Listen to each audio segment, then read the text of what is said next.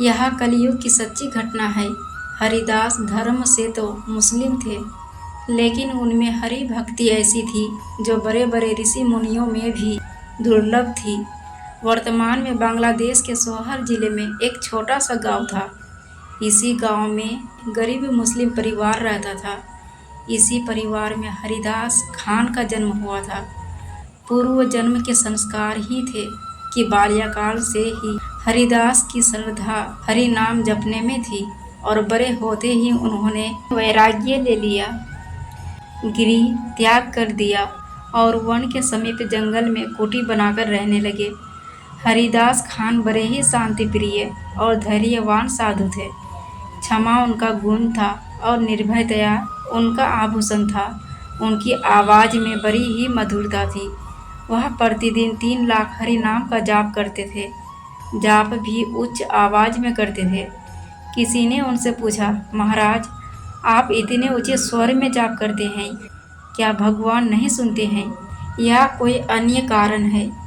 हरिदास ने बोला, यह हरि नाम बड़ा ही अलौकिक है। इसका श्रवण मात्र ही प्राणी को इस नरक से मुक्त कर देता है। मैं इसी कारण जाप उच्च स्वर में करता हूँ। इस निर्जन वन में जितने भी जीव जंतु हैं, वातावरण में कितने ही प्रकार के अदृश्य कीट पतंगे हैं, यह सब इस नाम का श्रवण करे और सभी दुखों से पार हो जाए।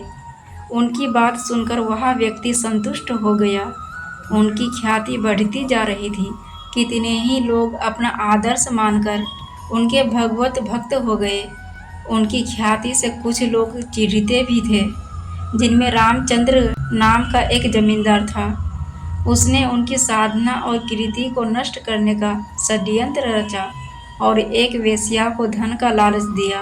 वैसे तो वह औरत धन की दीवानी थी और इसलिए उसने तत्काल सहमति दे दी। रूप और सौंदर्य की साक्षात मूर्ति उस वेश्या ने श्रृंगार किया और रात्रि के समय हरिदास जी की कुटिया में पहुंच गई। लेकिन वह तो भगवान की आराधना में लीन थे। उनका मनोहर रूप देखकर वेश्या उन पर मोहित हो गई। उसका उद्देश्य भी वही था और हरिदास जी की तेजस्वी मुख मुद्रा से उसके मन में काम भाव का विकार आ गया और वह हरिदास को उसकी ओर आकर्षित करने हेतु प्रयास करने लगी। रात भर वह वेश्या हरिदास जी की समाधि भंग करने का प्रयास करती रही, परंतु सफल ना हो सकी। प्रातःकाल हरिदास पर कोई असर न होता देख वह चलने को तैयार हुई। हरिदास तो अपनी भक्ति में इतने लीन थे कि उन्होंने उस औरत को देखा भी नहीं। तपस्या पूर्ण होने के बाद हरिदास बोले, देवी, क्षमा चाहता हूँ। समाधिस्थ होने के कारण मैं आपसे बात न कर सका।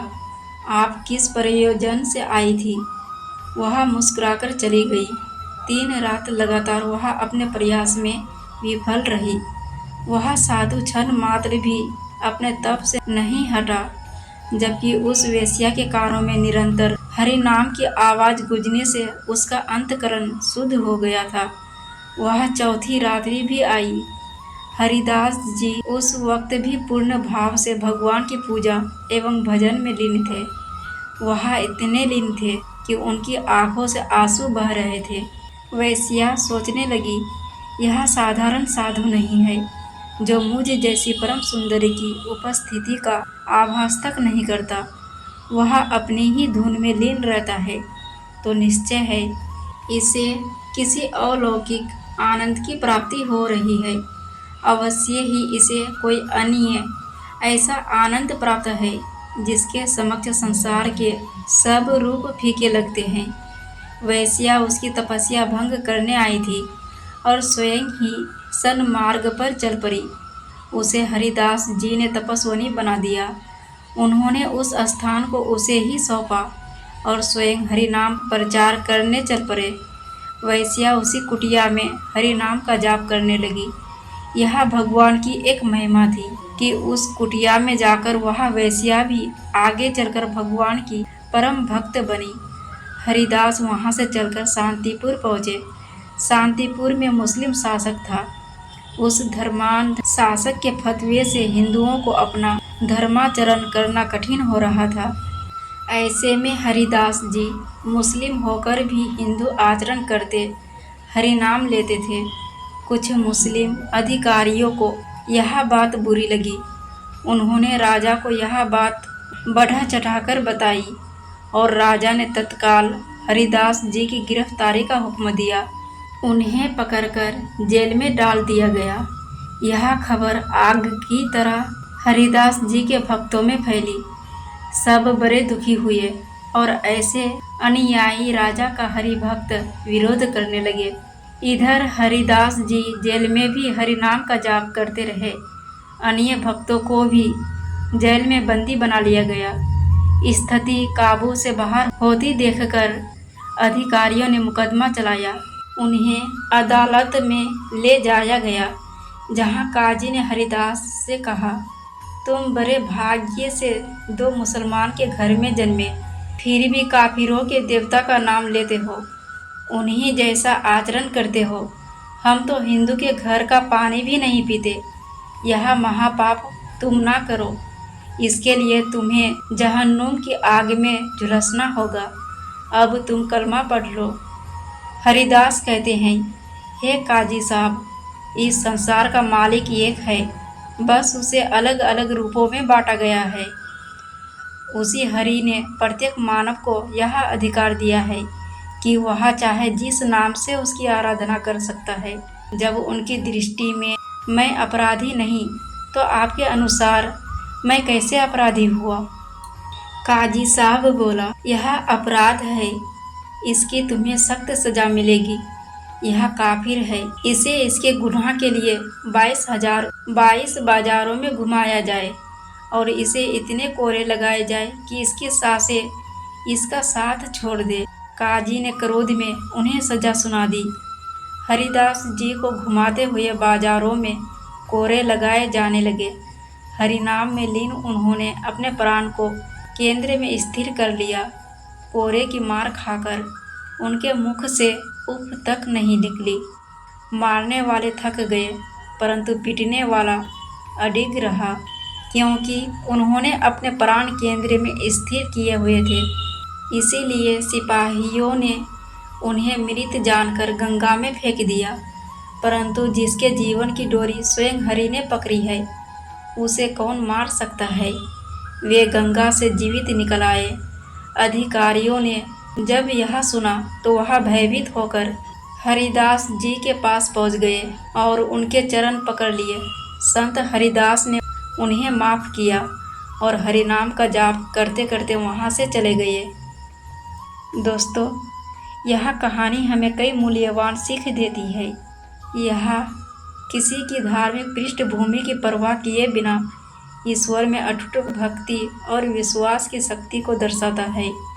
हरिदास खान एक धर्मनिष्ठ मुस्लिम ने विपरीत परिस्थितियों में भी भगवान के नाम के निरंतर जाप के माध्यम से भगवान कृष्ण के प्रति असाधारण स्तर की भक्ति का प्रदर्शन किया। हरिदास खान का जीवन आध्यात्मिक की सार्वभौमिकता का उदाहरण है। उनका मानना था कि सभी भगवान, चाहे कोई उन्हें किसी भी नाम से पुकारे, वह एक ही है। इस परिप्रेक्ष्य धार्मिक सीमाओं को पार कर लिया और उन्हें अपनी आध्यात्मिक प्रथाओं के प्रति प्रतिबद्ध रहने की अनुमति दी, भले ही इसके लिए उन्हें सताया गया हो। यह कहानी विभिन्न धर्मों के बीच सहिष्णुता और समझ के महत्व पर प्रकाश डालती है। जबकि कुछ अधिकारियों ने हरिदास खान की भक्ति का विरोध किया, जैसे कि वेश्या, जो बाद में उनकी शिष्य बन गई। उसने आध्यात्मिक गतिविधियों की पवित्रता को पहचाना और भक्ति का मार्ग अपनाया। हरिदास खान द्वारा किया गया सर्वोच्च बलिदान, जिन्होंने उत्पीड़न और यहाँ तक कि मृत्यु का सामना किया, लेकिन अपनी भक्ति में दृढ़ रहे। विश्वासी अस्थायी प्रकृति और इसके द्वारा प्रदान की जाने वाली परिवर्तन की क्षमता का एक शक्तिशाली अनुस्मारक के रूप में कार्य करता है। यह इस विचार को भी रेखांकित करता है कि सच्ची भक्ति धार्मिक लेवलों को पार कर सकती है और आध्यात्मिक प्राप्ति की साझा खोज में लोगों को एक साथ ला सकती है।